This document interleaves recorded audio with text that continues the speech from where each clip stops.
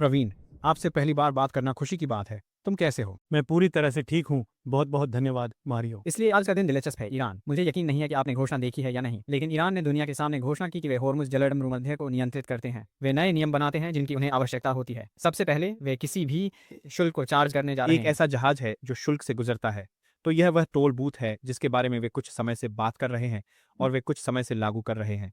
दूसरी बात यह है कि वे युद्ध में भाग लेने वाले किसी भी देश के लिए अतिरिक्त शुल्क लेने जा रहे हैं। नंबर तीसरा, वे किसी भी इजरायली जहाज को रोकने जा रहे हैं और कोई भी जहाज जो ईरान पर प्रतिबंध लगाने वाले देश से संबंधित है, जिसमें कुछ एशियाई देश, यूरोपीय देश और निश्चित रूप से अमेरिका शामिल है। और अंत में अमेरिका के लिए एक प्रकार की मध्यमा उंगली है, लेकिन वे होर्मुज जलसंधि को फारस के जलसंधि के रूप में संदर्भित करने के लिए सभी समझौतों का अनुरोध कर रहे हैं। यह ईरान की ओर से एक बहुत ही महत्वपूर्ण कदम है और ऐसा लगता है कि वे अपना पैर नीचे रख रहे हैं। और इस बीच ट्रंप ने वाशिंगटन पोस्ट के एक लेख को ट्वीट किया जो अनिवार्य रूप से कह रहा था कि ट्रंप को अपने उद्देश्यों को प्राप्त करने के लिए युद्ध से दूर जाने के लिए ईरान के साथ वास्तव में एक समझौते की आवश्यकता नहीं है। जो वह कह रहा है, मैं इससे दूर जा रहा हूं, चाहे हमें कोई सौदा मिले या नहीं। देखिए, जहाँ तक होर्मुज जलसंधि का संबंध है, हमें यह समझना होगा कि एक समझौता जो हमेशा से रहा है 1974 ओमान और ईरान में वे इस बात पर सहमत हुए कि यह उनका आंतरिक जलमार्ग मैं यह कहने के अलावा विवरण में नहीं जाऊंगा कि जब आप हरमोज जलसंधि के सबसे संकरे बिंदु को देखते हैं तो वहां की चौड़ाई 21 समुद्री मील और समुद्र के कानून के संयुक्त राष्ट्र सम्मेलन द्वारा प्रत्येक राष्ट्र को अपने क्षेत्रीय जल के 12 समुद्री मील की अनुमति है। इसलिए जब आप दोनों को मिलाते हैं तो यह 24 हो जाता है। इसलिए दीर्घ और छोटा है। 74 में दोनों पक्षों द्वारा समझौता किया गया था कि यह हमारा क्षेत्रीय जल है। यह अंतर्राष्ट्रीय उपयोग के लिए एक आंतरिक जलमार्ग है। और फिर 75 में इसकी पुष्टि की गई। फिर 69 में ईरानी क्रांति हुई और उसके बाद 2015 में एक बार फिर इस समझौते को अपडेट किया गया और इसे ओमान और ईरान दोनों ने पुष्टि की थी। अब जो हुआ है वह यह है कि नई विश्व व्यवस्था में कि इन आंतरिक जल पर उनकी संप्रभुता है। इसे दो महान शक्तियों ने स्वीकार किया है। उनकी संप्रभुता जो चीन के साथ साथ रूस द्वारा भी और है। इसलिए यह घोषणा करने के लिए एक स्वाभाविक अगला कदम था कि हाँ, यह हमारा आंतरिक जलमार्ग है और अब हमने यह कानून बना लिया है। और ठीक यही उन्होंने किया है। और आप जो भी विवरण दे रहे हैं ये बिल्कुल विवरण है और यह ऐसा ही होगा।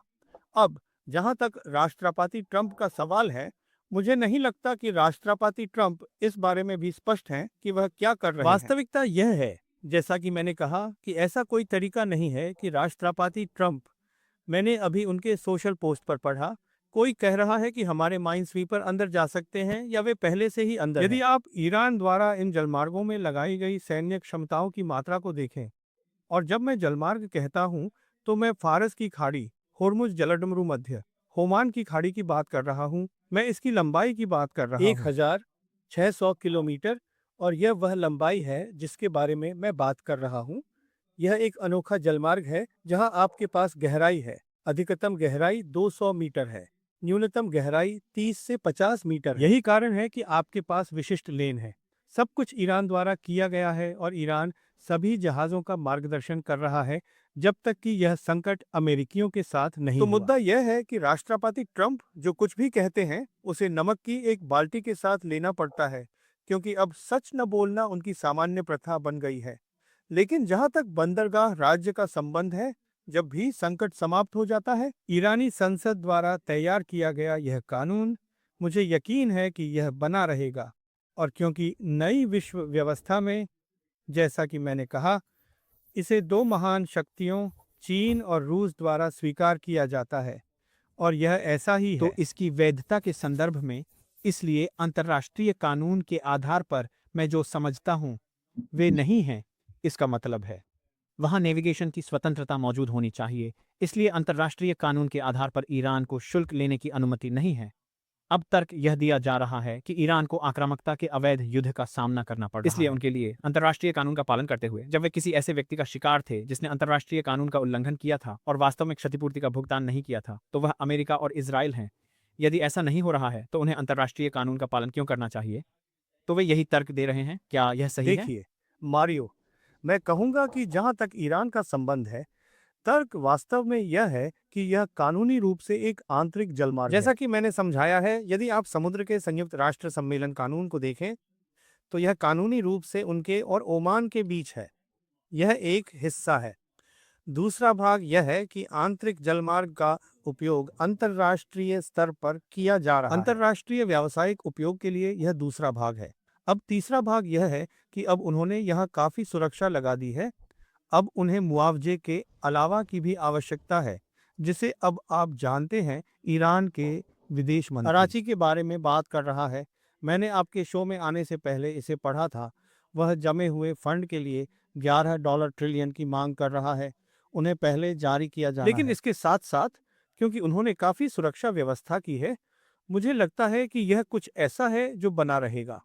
इसलिए मेरे आकलन में यह कहना गलत यदि है। आप कानूनी रूप से भी देखें तो यह अलग बात है कि ईरान ने संयुक्त राष्ट्र कन्वेंशन लॉ ऑफ सीज पर हस्ताक्षर नहीं किए हैं, और यहाँ तक कि अमेरिकियों ने भी इसकी पुष्टि नहीं की लेकिन है। यह एक अलग मामला है। लेकिन यदि आप उस पर चलते हैं तो कानूनी रूप से यह उनका है। यह एक अंतर्राष्ट्रीय जलमार्ग है और उनकी संप्रभुता को स्वीकार किया जाता है। जैसा कि मैंने कहा, 2 महान शक्तियों द्वारा स्वीकार किया और जाता वे है। बहुत अधिक सुरक्षा लगा रहे हैं और वे सभी वाणिज्यिक यातायात का मार्गदर्शन करेंगे और यातायात को विशिष्ट लेन से गुजरना पड़ता है। आप देखते हैं यह कैसे काम करता है। जब आप हार्बोस की स्थिति को देखते हैं तो उनके पास एक इनबाउंड लेन होती है और उनके पास एक आउटबाउंड लेन और होती है। प्रत्येक लेन लगभग 2 मील चौड़ी है, और गलियों के बीच, अंदर और बाहर, उनके पास एक मध्य मार्ग है जो फिर से 2 मील दूसरे शब्दों में, यातायात केवल इसके माध्यम से ही आ सकता है और यही वे मार्गदर्शन करेंगे। क्योंकि अगर यह भटक जाता है, अगर यह रास्ते से दूर चला जाता है, तो एक बड़ा जहाज जमीन पर उतर सकता है। इसलिए जब आप इन सभी चीजों को देखते हैं तो मुझे लगता है कि उनके लिए टोल मांगना बहुत स्वाभाविक है। क्योंकि यदि आप पनामा नहर को देखते हैं तो हर साल वे $5 बिलियन कमाते हैं। तो आप देखते हैं कि स्विस नहर, वे हर साल लगभग $10 बिलियन कमाते हैं। समस्या मानव निर्मित है। इसे मिस्र ने बनाया है। यह प्राकृतिक जलडमरू मध्य से बहुत अलग है। होमोजा जलडमरू मध्य एक प्राकृतिक जलमार्ग है। खैर, उनका तर्क यह है कि वे सुरक्षा प्रदान कर रहे हैं और यह उनका आंतरिक जलमार्ग है। यह उनका तर्क है। लेकिन जहां तक मैं समझता हूं, मैंने जिन लोगों से बात की, लेकिन अंतर्राष्ट्रीय कानून के आधार पर, और आपने यह कहते हुए देखा कि ईरान ने इसकी पुष्टि नहीं की है, अंतर्राष्ट्रीय कानून के आधार पर वे शुल्क नहीं ले सकते हैं। अन्यथा वे दशकों से एक शुल्क ले रहे होते, इसलिए वे एक चार्ज नहीं कर और रहे हैं। बहुत से लोगों की बड़ी चिंताओं में से एक यह है कि वे शुल्क लेने में सक्षम हैं। अब अन्य देशों के लिए भी ऐसा करने के लिए दरवाजे खोल रहे हैं। इंडोनेशिया ने मलक्का जलडमरू मध्य में शुल्क लेने का विचार सामने पिछले रखा। कुछ दिनों में, इसलिए उन्होंने अभी अभी पेंडोरा का बक्सा खोला है, जहां अन्य देश, मुझे लगता है कि यह इंडोनेशिया है जिसने उस विचार को सामने रखा है। मैं गलत हो सकता हूं, इंडोनेशिया या सिंगापुर, लेकिन इसने देशों के लिए पेंडोरा का बक्सा खोल दिया है ताकि वे अन्य समान जलडमरू मध्य के लिए भी ऐसा ही कर सकें। नहीं, नहीं, आप बिल्कुल सही हैं। वास्तव में यह इंडोनेशिया है जो मलक्का राज्य से टोल वसूलने का विचार कर रहा है। तो यह कुछ है, और मैं आपसे पूरी तरह सहमत हूँ।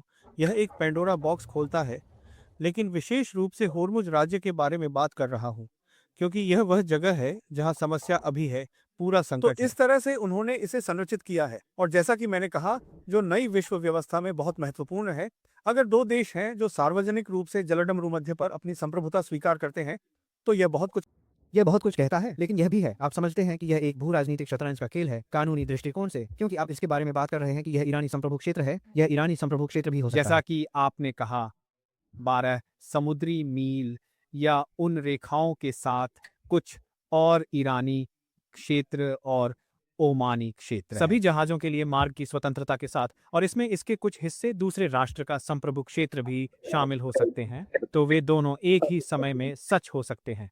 लेकिन इसकी वैधता को एक तरफ रखते हुए मैं जो सवाल पूछता हूं, दुनिया क्या कर सकती है? इसलिए ईरान पर पहले से ही प्रतिबंध लगाए जा रहे हैं। यह पहले से ही वैश्विक अर्थव्यवस्था से दूर हो रहा है। कोई भी ईरान पर सैन्य हमला नहीं करेगा, क्योंकि वह कार्ड खेला जा चुका है और इसे विनाशकारी दिखाया गया है, और इसे फिर से नहीं खेला जाएगा जब दुनिया की सबसे बड़ी सेना उद्देश्यों को प्राप्त करने में सक्षम नहीं इसलिए थी। कोई भी ईरान से लड़ने वाले दलदल में नहीं फंसना चाहता। तो फिर सवाल यह है कि दुनिया क्या कर सकती है इसके साथ रहने के अलावा? ईरान को शुल्क लेना बंद करने के लिए प्रोत्साहित करें, या यह मामला दर मामला आधार बनना शुरू हो सकता है, जहां देश मामला दर मामला आधार पर ईरान के साथ सीधे सौदा करते हैं। यह दूसरा विकल्प हो सकता है। देखिए, कुछ समय के लिए दूसरा विकल्प रहता है।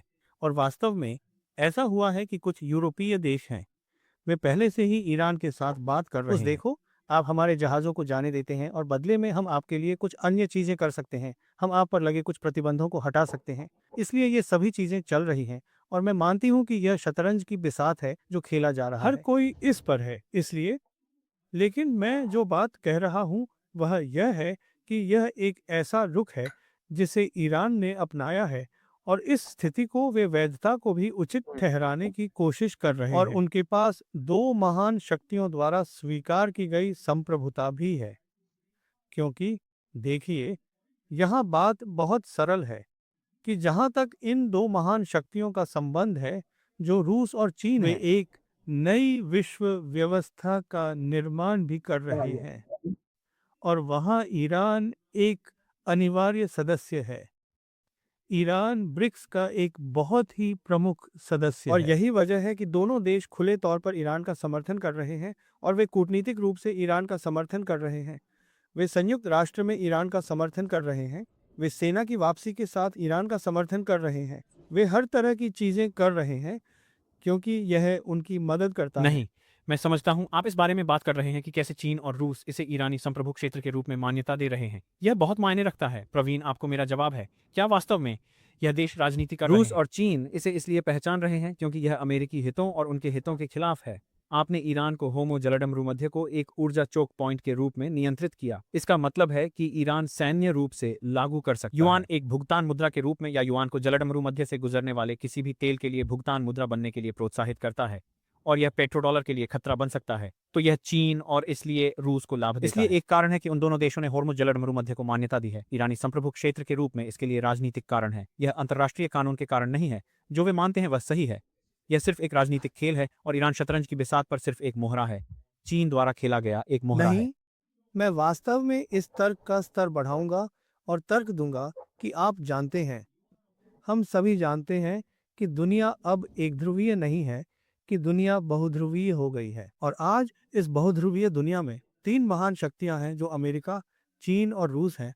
और चीन और रूस के बीच उन्होंने जो किया है वह एक नई विश्व व्यवस्था की दृष्टि से तैयार किया गया और है। ग्लोबल साउथ देश वे उस दृष्टिकोण की ओर बढ़ रहे हैं क्योंकि वह दृष्टिकोण विश्व व्यवस्था से बहुत अलग है जहां अमेरिकी आधिपत्य थे या अभी भी आधिपत्य में क्योंकि है। वह विश्व व्यवस्था भागीदारों के बारे में बात करती है, आधिपत्य के बारे में नहीं।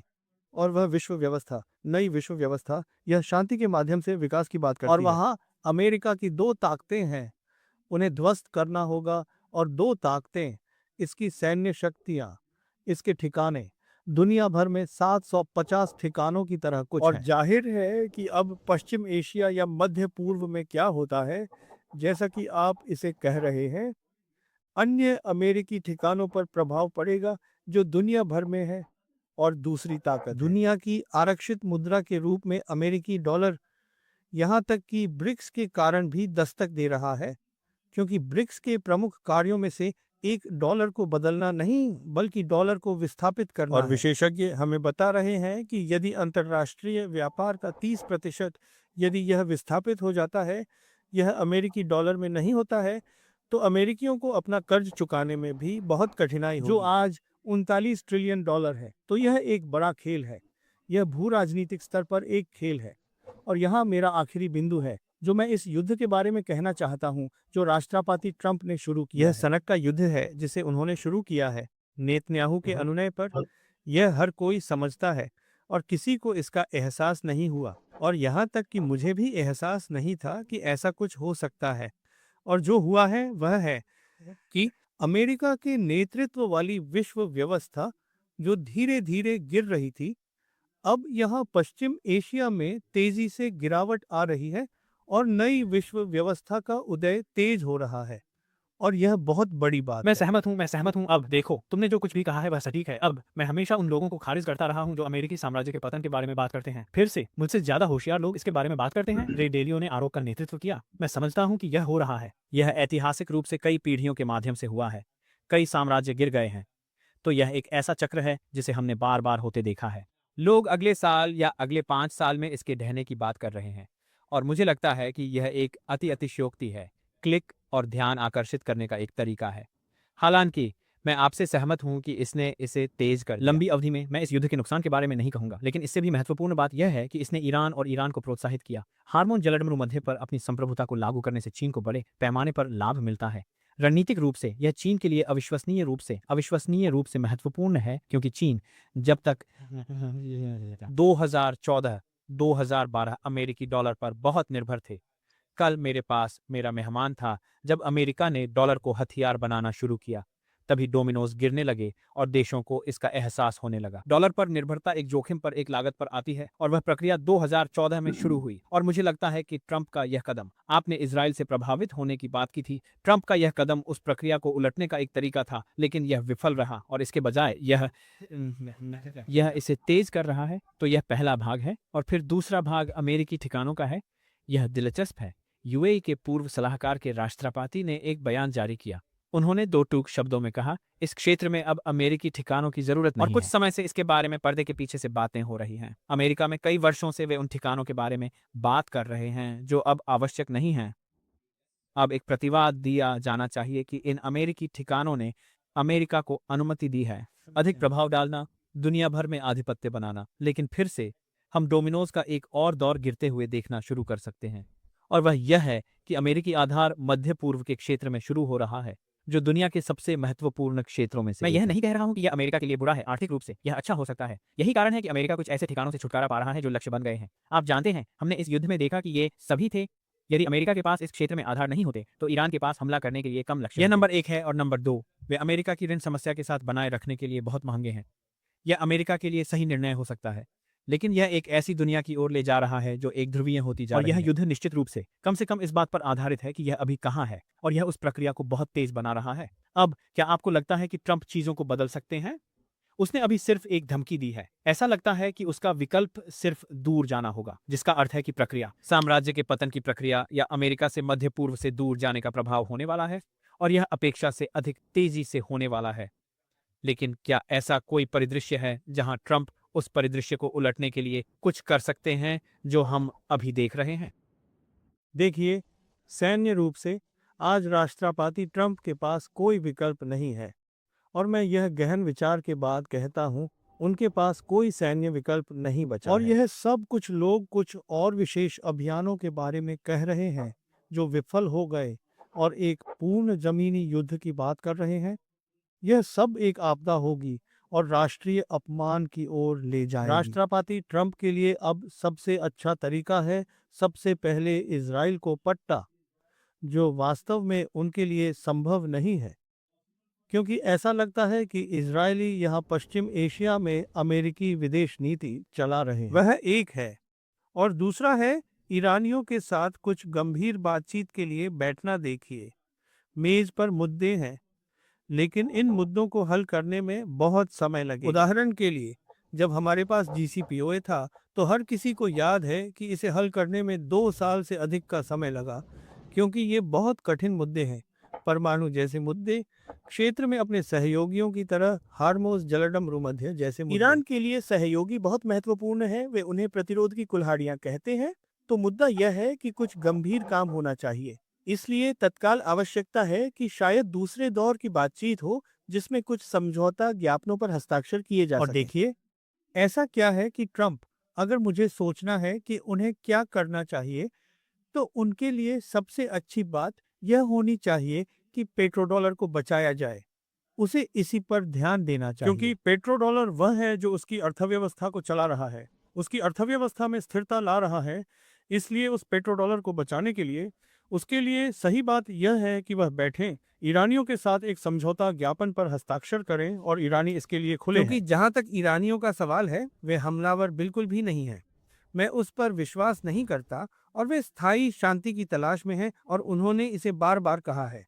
इसलिए कुछ समय देना होगा, शायद 1 साल, शायद 2 साल। चीजों को आगे बढ़ना होगा, उसके लिए यही एकमात्र रास्ता खुला है। और अगर वह उन सभी खेलों को जारी रखता है जो वह खेल रहा है, तो यह अमेरिका के लिए अधिक से अधिक परेशानी का कारण बनेगा। और अब आप देखते हैं कि पेंटागन में क्या हो रहा है। इतने सारे अधिकारियों ने इस्तीफा दे दिया है, क्योंकि वे समझते हैं कि पीट हेक्सन द्वारा जो कुछ भी बताया जा रहा है, अब पीट हेक्सन युद्ध को बिल्कुल भी नहीं समझते हैं, उसे कोई सुराग नहीं है।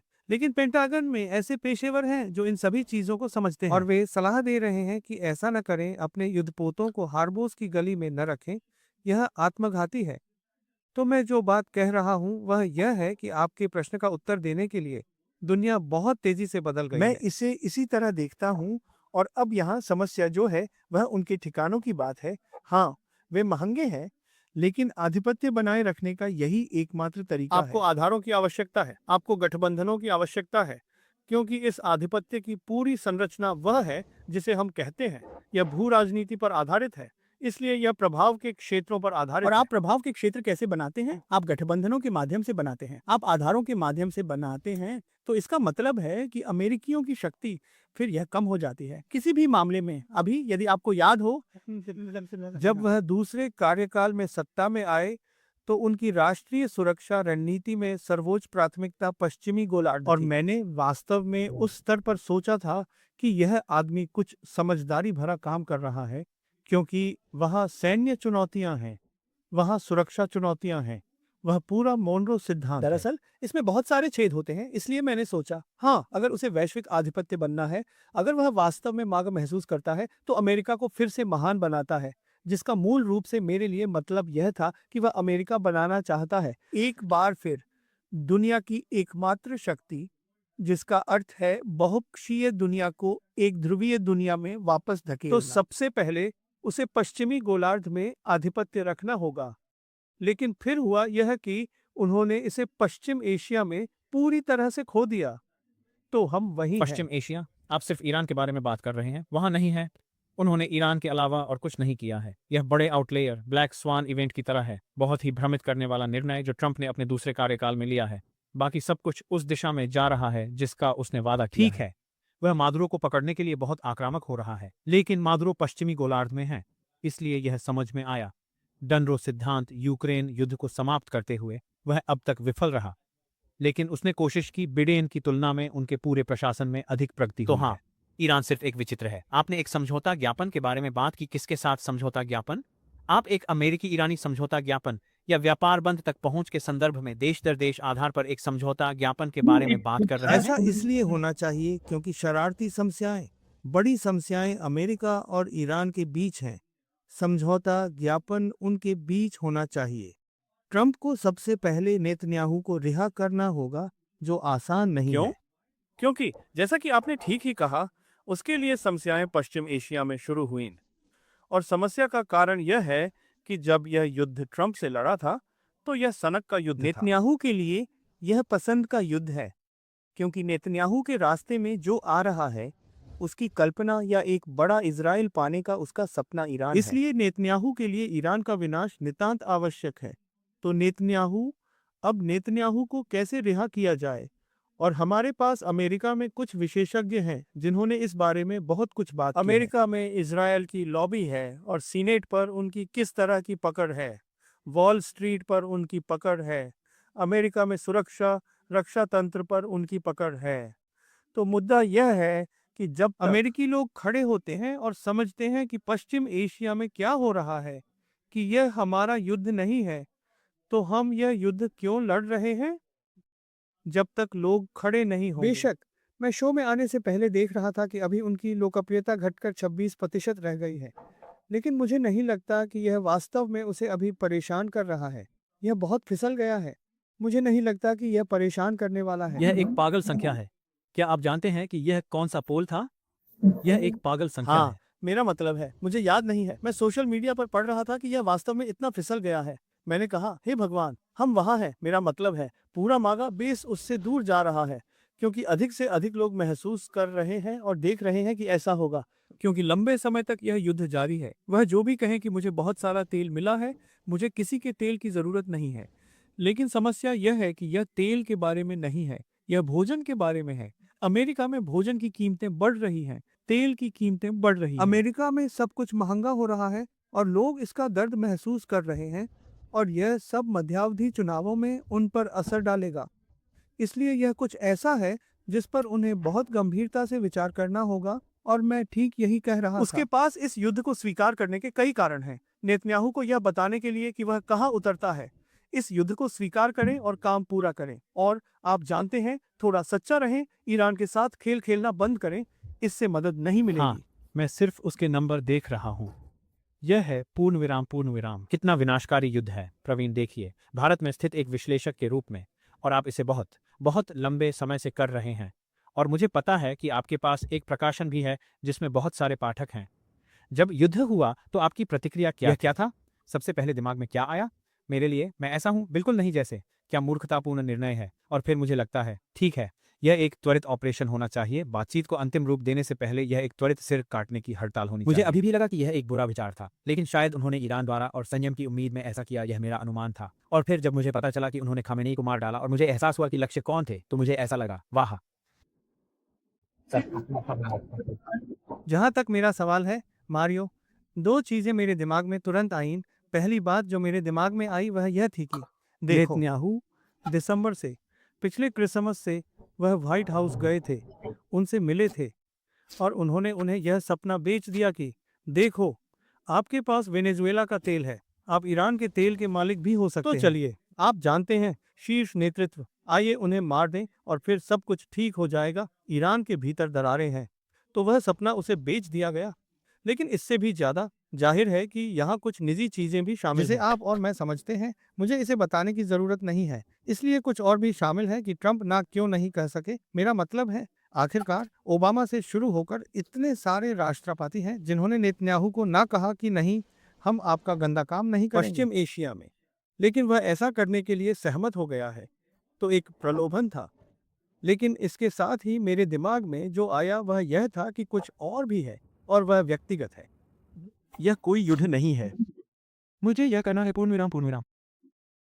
इस बात की बहुत चर्चा है कि यह भी खत्म नहीं हुआ है प्रवीण, क्योंकि उसका लक्ष्य हमेशा ईरानी तेल पर कब्जा, सीधे होमोस का नियंत्रण रहा है। वह दशकों से इसके बारे में बात कर रहे हैं। उन्होंने इसके बारे में एक वीडियो भी पोस्ट किया। एक और परिदृश्य है, और हमने बहुत सारे सैन्य आंदोलन देखे हैं। अमेरिका ने मध्य पूर्व में अभी अभी 12 हॉर्नेट और 6 पेगासस टैंकर भेजे हैं, और वे इस क्षेत्र में मारक क्षमता भेज रहे हैं।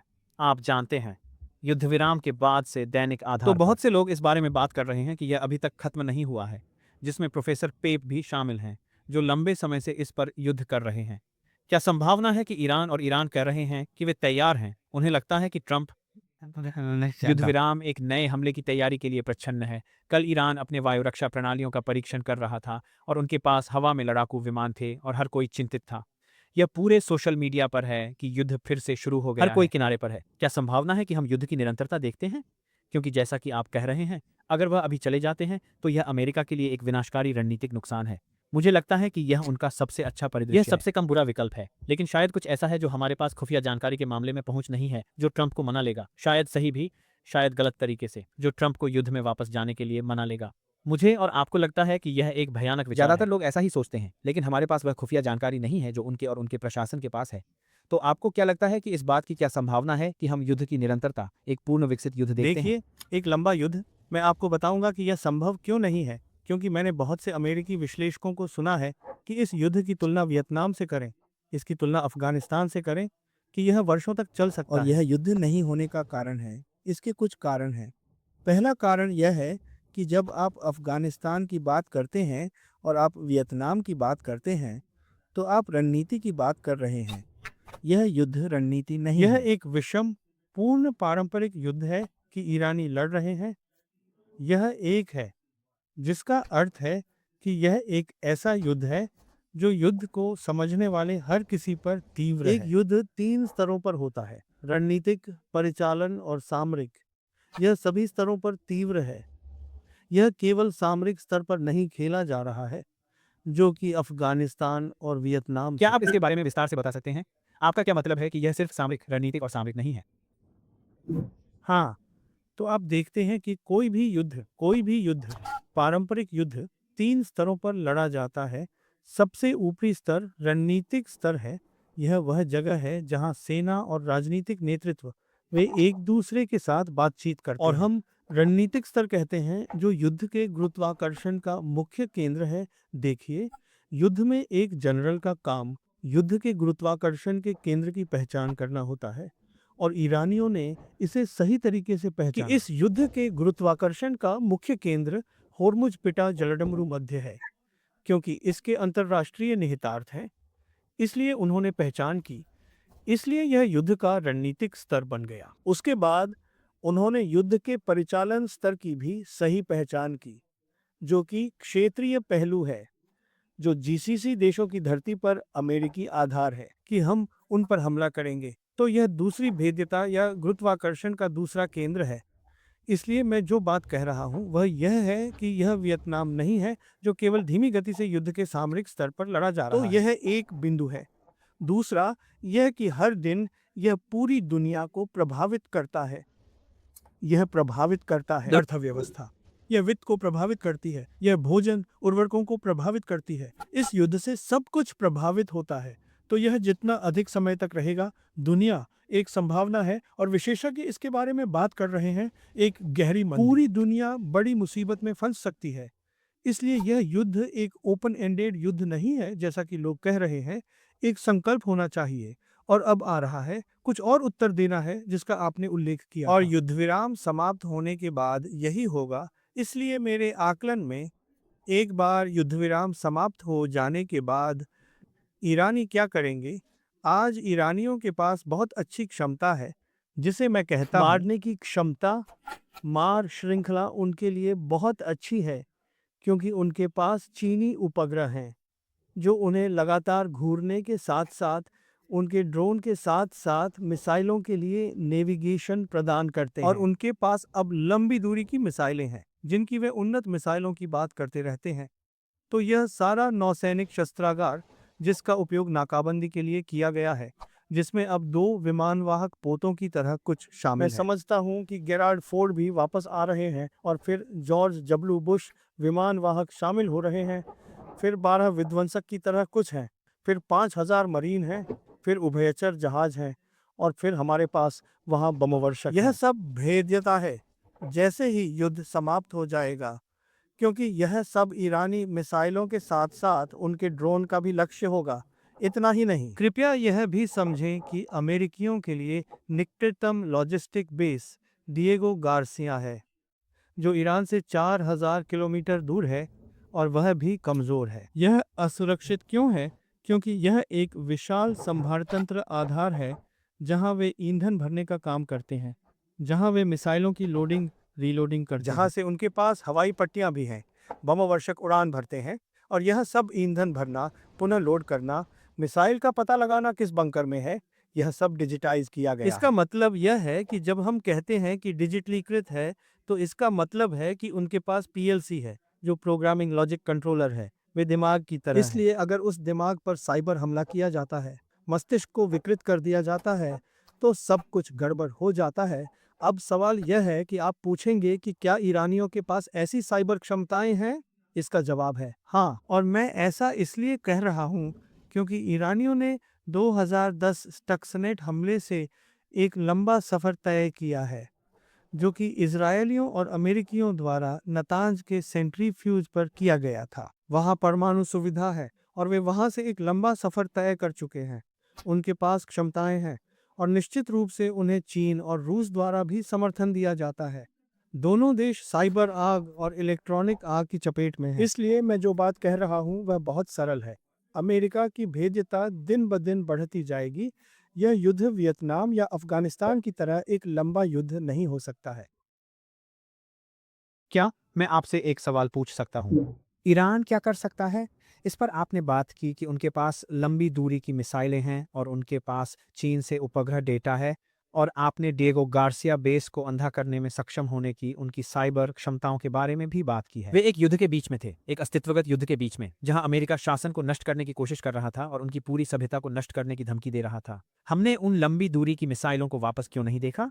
क्या आप कह रहे हैं कि उनके पास तब वे थे और उन्होंने उनका उपयोग नहीं किया? मुझे पता है कि पूरे युद्ध के दौरान यह तर्क दिया गया है। मैं समझता हूं कि ईरान की क्षमताएं, जैसा कि सीबीएस के एक लेख में अभी सामने आया है, इसमें कहा गया है कि ईरान की क्षमताएं अमेरिकी द्वारा किए जा रहे दावे से काफी अधिक लेकिन उन्होंने डिएगो गार्सिया पर भी एक मिसाइल दागी और बेस तक नहीं पहुंचे, और बेस पर किसी बड़े साइबर हमले की कोई रिपोर्ट नहीं आई है। तो आपको क्या विश्वास है कि उनके पास वे अतिरिक्त क्षमताएं हैं जो भविष्य में अमेरिका द्वारा किसी भी भविष्य के हमले के साथ किसी भी युद्ध को रोकती हैं? देखिए, क्योंकि मैंने इस उपग्रह नक्षत्र का अध्ययन किया है जिसे चीनियों में से बेडू 3 कहा जाता है, और मैंने इसके साथ यह भी अध्ययन किया है कि वे निचले एबीएटी में यागोन सैटेलाइट ऑगमेंटेशन सैटेलाइट को क्या कहते हैं।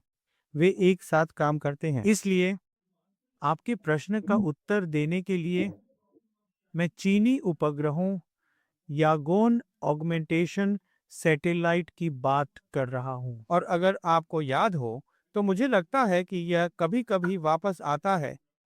फाइनेंशियल टाइम्स में एक रिपोर्ट थी जिसमें कहा गया था कि चीन की एक निजी कंपनी 2024 में ईरानियों ने उनसे एक उपग्रह खरीदा था। 2024 में यह रिपोर्ट मेरे विचार से लगभग 2 सप्ताह पुरानी है। फाइनेंशियल टाइम्स में मुझे उस उपग्रह का नाम याद नहीं है जिसका उन्होंने उल्लेख किया था। लेकिन बात यह है कि 2024 2026 से अलग है, और जो बात अलग है वह यह है कि 2026 जनवरी में राष्ट्रपति शी जिनपिंग ने तेहरान का दौरा किया था, और दोनों देशों के बीच जो बेल्ट एंड रोड चल रहा था, जिस पर वास्तव में 2021 में हस्ताक्षर किए गए थे, और इसमें तेजी आई, और ईरानियों ने जो काम किया उनमें से एक उनके लिए बहुत अच्छी बात थी। बहुत जल्दी युद्ध स्तर पर यह हुआ कि जनवरी में ही उन्होंने जीपीएस छोड़ दिया और वे चीन के बेडू 3 सैटेलाइट कॉन्स्टेलेशन में शामिल हो गए, जिसने उन्हें पहुंच, लगातार घूरने और नेविगेशन की जबरदस्त क्षमता दी है। यह यागन मूल रूप से आकाश में आंखें हैं। ये उपग्रह हैं क्योंकि उनके पास एसएआर उपग्रह हैं जो एक सिंथेटिक एपर्चर रडार है। उनके पास एलिंट उपग्रह है, वे सभी यागोन का हिस्सा हैं। उदाहरण के लिए हाल ही में एक रिपोर्ट आई थी जिस पर आपने ध्यान दिया होगा कि ईरानी प्रेस ने कहा था कि हमारे पास सभी जीसीसी बुनियादी ढांचे का एक डिजिटल नक्शा है। और वे ऐसा नहीं कर रहे हैं क्योंकि आपको एलिंट से यही मिलता है, जो कि इलेक्ट्रॉनिक खुफिया उपग्रह है जो यागोन का हिस्सा है। तो यह यागन आकाश में आंखें हैं। और बेडू 3 नक्षत्र कुछ 35 उपग्रह, वे मूल रूप से नेविगेशन के लिए हैं। वे नेविगेशन की रीढ़ हैं। इसलिए जब आपके पास इस तरह की पहुंच है और ईरानी लंबे समय से कह रहे हैं, तो कृपया याद रखें कि यह युद्ध तब शुरू हुआ था जब रमजान का पवित्र महीना और रमजान खत्म होने के तुरंत बाद वरिष्ठ कमांडरों में से एक ने कहा ईरानियों कि अब रमजान खत्म हो गया है, हम आक्रामक हो जाएंगे। और फिर हमने उनकी नई मिसाइलों को देखना शुरू कर दिया, और निश्चित रूप से उनके पास बहुत अधिक उन्नत मिसाइलें हैं, और मुझे आश्चर्य नहीं होगा अगर उनके पास हाइपरसोनिक क्रूज मिसाइलें भी हैं, क्योंकि शुरू से ही उन्होंने मिसाइलों पर ध्यान केंद्रित किया है। ड्रोन, और कृपया यह भी याद रखें कि यह एक संयोग नहीं हो सकता है कि उनके 2 बड़े समर्थक रूस और चीन, जब मिसाइल की बात आती है तो वे बहुत आगे हैं। वे अमेरिकियों से बहुत आगे हैं। अमेरिकियों के पास अभी भी हाइपरसोनिक क्रूज मिसाइल नहीं है जो चालू हो, और इन दोनों देशों के पास ये मिसाइलें हैं जो निकट अंतरिक्ष में काम करती हैं। अंतरिक्ष के पास 20 किलोमीटर से 100 किलोमीटर की ऊंचाई है जिसके आगे अंतरिक्ष शुरू होता है। वह क्षमता चीनियों के पास है, रूसियों के पास है, और निश्चित रूप से उन्होंने ईरानियों के साथ साझा किया होगा। मैं जो बात कह रहा हूं वह यह है कि आज ईरान, यह संख्या नहीं है। देखिए, गुणवत्ता नामक कोई चीज होती है और मात्रा नाम की कोई चीज होती है। ऐसा लगता है कि उनके पास दोनों है, और यही वह चीज है जो पूरे परिदृश्य को अमेरिकियों के लिए बेहद खतरनाक बनाती है। लबुलवाब यह है, मैंने बहुत सारे नोट्स लिए। हालांकि एक बात है, उन्होंने क्यों नहीं किया? दुनिया भर में डिएगो गार्सिया पर साइबर हमला या हमला क्यों नहीं हुआ? उनके पास 6 सप्ताह हैं, और अगर कभी बड़े हथियारों का उपयोग करने का समय था तो वह था। उन्होंने इसका इस्तेमाल क्यों नहीं किया? क्योंकि वे इसे सही समय पर रख रहे हैं। उदाहरण के लिए यह सवाल भी पूछा जा सकता है कि हौथिस बलाल मंतीब को बंद क्यों नहीं कर रहे हैं। उन्होंने इस युद्ध में ऐसा नहीं किया। और हौथिस, आप जानते हैं, होर्मुज जलडमरू मध्य और लाल सागर से होकर गुजरने वाली पनडुब्बी केबलों को नष्ट क्यों नहीं कर रहे हैं? और सभी जीसीसी देश, वे उन पर निर्भर हैं। यह एक डिजिटल आपदा होगी यदि इन डिजिटल सबसी केबलों को काट दिया जाता है। मेरा मतलब है, मैं जीसीसी देशों के विश्लेषकों में से एक का विश्लेषण पढ़ रहा था, जिसने दावा किया और कहा कि देखो, हम स्टारलिंक प्राप्त कर सकते हैं। स्टारलिंक के साथ समस्या यह है कि यह अभी भी सीमित है। इसलिए आसमान से इंटरनेट प्राप्त करने के लिए अभी भी एक लंबा रास्ता तय करना है। स्पेसएक्स को अंतरिक्ष में कई और उपग्रहों को रखना है। तो अभी दुनिया के लिए सबसे अच्छा दांव सबसी केबल है, लेकिन उन्होंने अभी भी इसे नहीं काटा है। इसलिए मैं जो कह रहा हूं वह यह है कि राष्ट्रपति ट्रंप के पास युद्ध के विकल्प नहीं है, जबकि ईरानियों के पास युद्ध के विकल्प यही वह मुद्दा है जिस पर बहुत गंभीरता से विचार किए जाने की आवश्यकता है। जैसा कि आपने सही ढंग से बताया है, एक विकल्प यह है कि जैसा कि आपने बताया, उन्होंने डिएगो गार्सिया बेस पर साइबर फायर क्यों नहीं किया? क्योंकि यह उनका विकल्प है। किसी न किसी स्तर पर व्यायाम करेंगे। वे बंद क्यों नहीं हुए?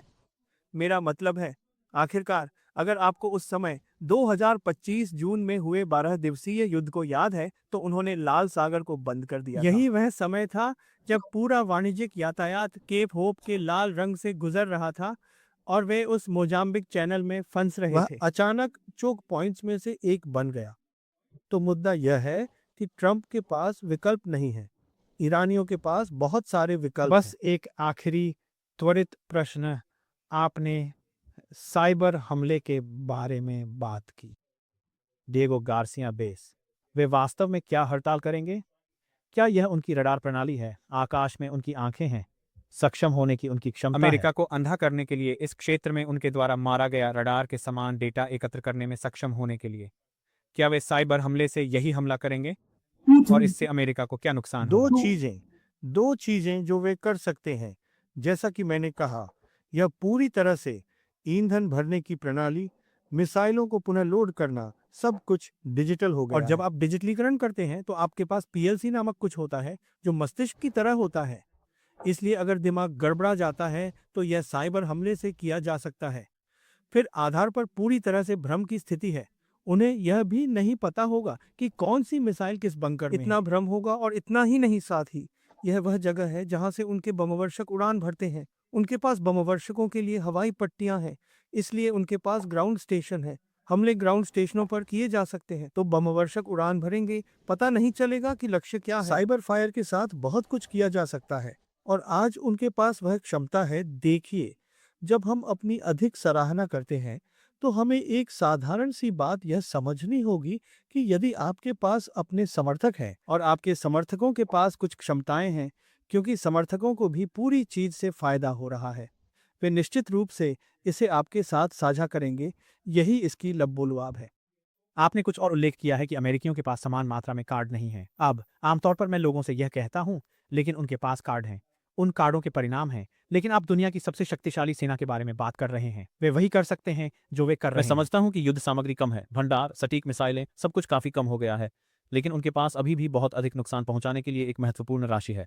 वे अपने नेताओं को मारना जारी रख सकते हैं। मैं समझता हूं कि उन्हें एक मोज़ेक संरचना मिली है और उन्हें बहुत सारे नेता मिले, लेकिन बहुत सारी असहमतियों और ईरानी नेताओं और आईआरजीसी के निर्णय लेने में सक्षम नहीं होने के बारे में चर्चा हो रही है। और आपने होमो जलडमरूमध्य के उद्घाटन के बारे में अराची का बयान देखा, जो आईआरजीसी को पसंद नहीं आया और राज्य मीडिया ने मजाक उड़ाना शुरू कर तो दिया। ऐसा लगता है कि अपने कमांडरों को मारने की अमेरिकी रणनीति, जबकि उसने अपने उद्देश्य को प्राप्त नहीं किया, जो ईरान की निर्णय लेने की क्षमता को नष्ट कर रहा है, इसने इसे काफी कम कर दिया। इसलिए अमेरिका ऐसा करना जारी रख सकता है। उनके पास अपने बहुत से नेताओं के स्थान हैं, क्योंकि उनके पास बहुत सारी खुफिया जानकारी इकट्ठा करने का समय है। मुझे यकीन है कि वे पाकिस्तान में उतरे आईआरजीसी कमांडरों का अनुसरण करने में कामयाब उन्होंने रहेंगे। ईरान में उनका पीछा किया और ईरान में उनका पता लगाया। इसलिए वे ईरान पर बमबारी करते रह सकते हैं, जैसे वे रहे हैं। जैसा कि हम बोल रहे हैं, वे ईरान की अर्थव्यवस्था का गला घोंट रहे हैं। अभी ईरान भंडारण सुविधाएं भर रही हैं, और कुछ हफ्तों में जब वे भर जाएंगे तो कुओं को बंद करना होगा।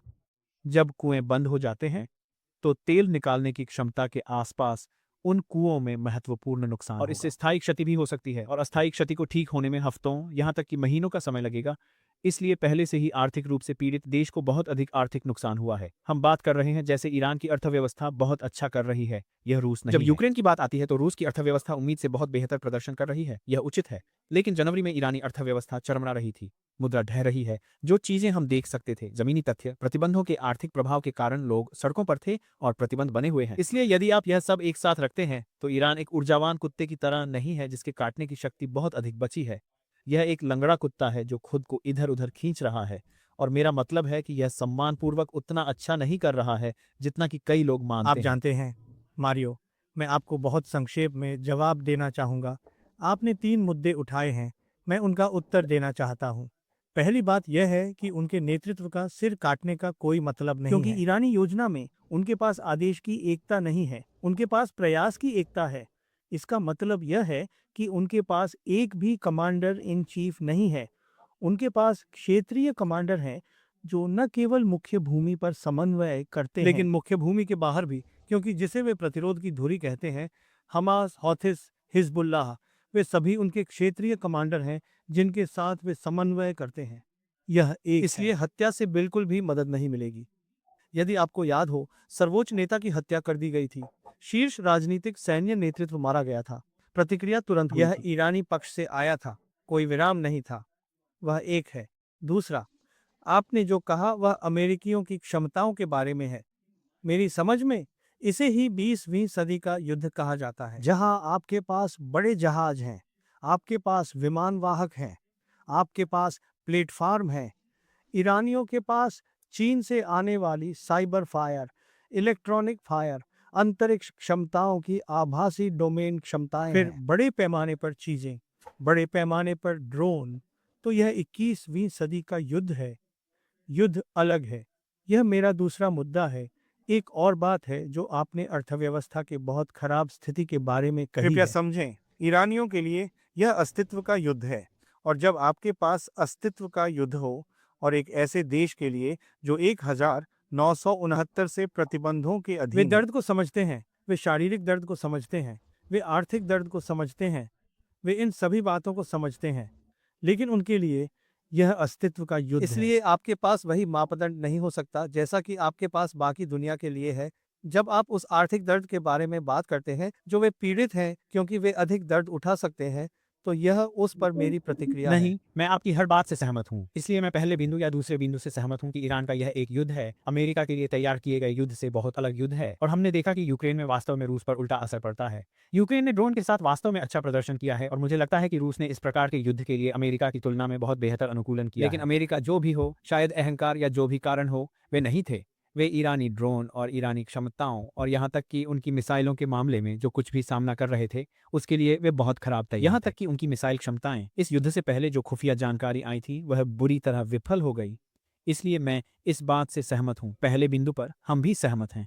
तीसरे बिंदु पर ईरानी लोगों के लचीलेपन के संबंध में, वे लचीले लोग हैं, लेकिन जनवरी में विरोध प्रदर्शन बहुत स्पष्ट रूप से संकेत देते हैं कि लोगों के पास पर्याप्त उनके पास एक ऐसी सरकार है जिसने एक विदेश नीति का अनुसरण किया है जिसके कारण प्रतिबंध लगाए गए हैं, जो उनके अपने लोगों को अपंग कर रहा है, बजाय इसके कि एक नीति को थोड़ा और व्यावहारिक बनाया शायद खाड़ी जितना नहीं, जिसने ईरान की तुलना में आर्थिक रूप से बहुत बेहतर प्रदर्शन किया है, लेकिन कुछ ऐसा जो प्रतिबंधों से बच जाएगा और देश को बेहतर करने की अनुमति देगा।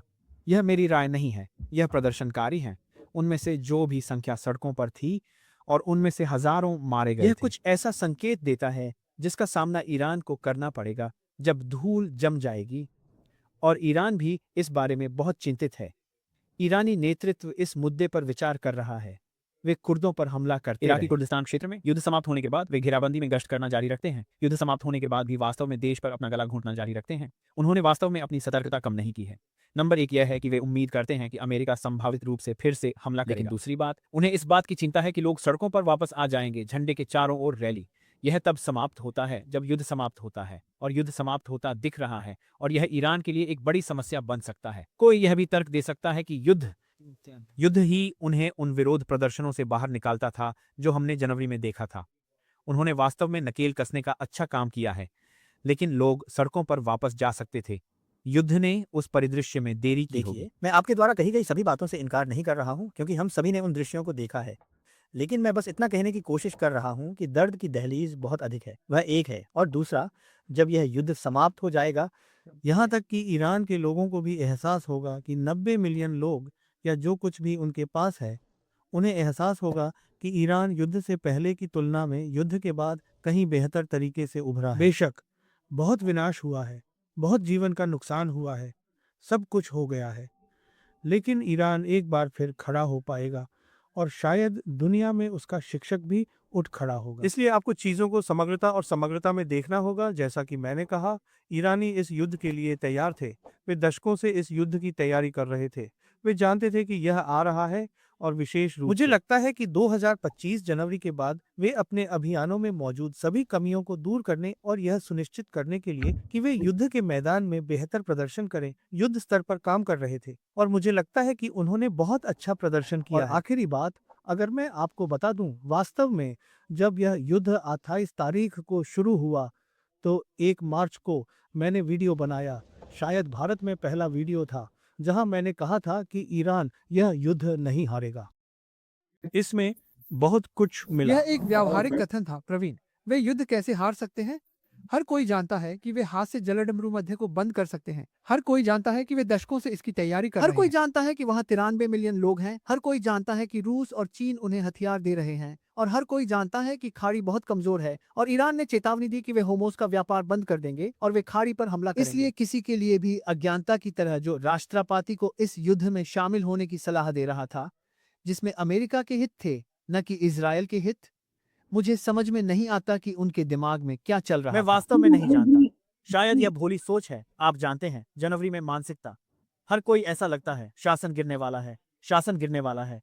यह सिर्फ एक सिर काटने की पट्टी लेता है, इसका कोई मतलब नहीं आप था। जानते हैं, बात यह है कि मैं आपसे पूरी तरह सहमत हूं, लेकिन बात यह है कि कोई भी अभी भी यह नहीं मानता है कि अमेरिका, दुनिया की एक महान शक्ति, वह युद्ध के मैदान में ईरान के सामने खड़ा नहीं हो पाया यह है। एक बड़ी बात है, दुनिया के लिए ये बहुत बड़ी बात है।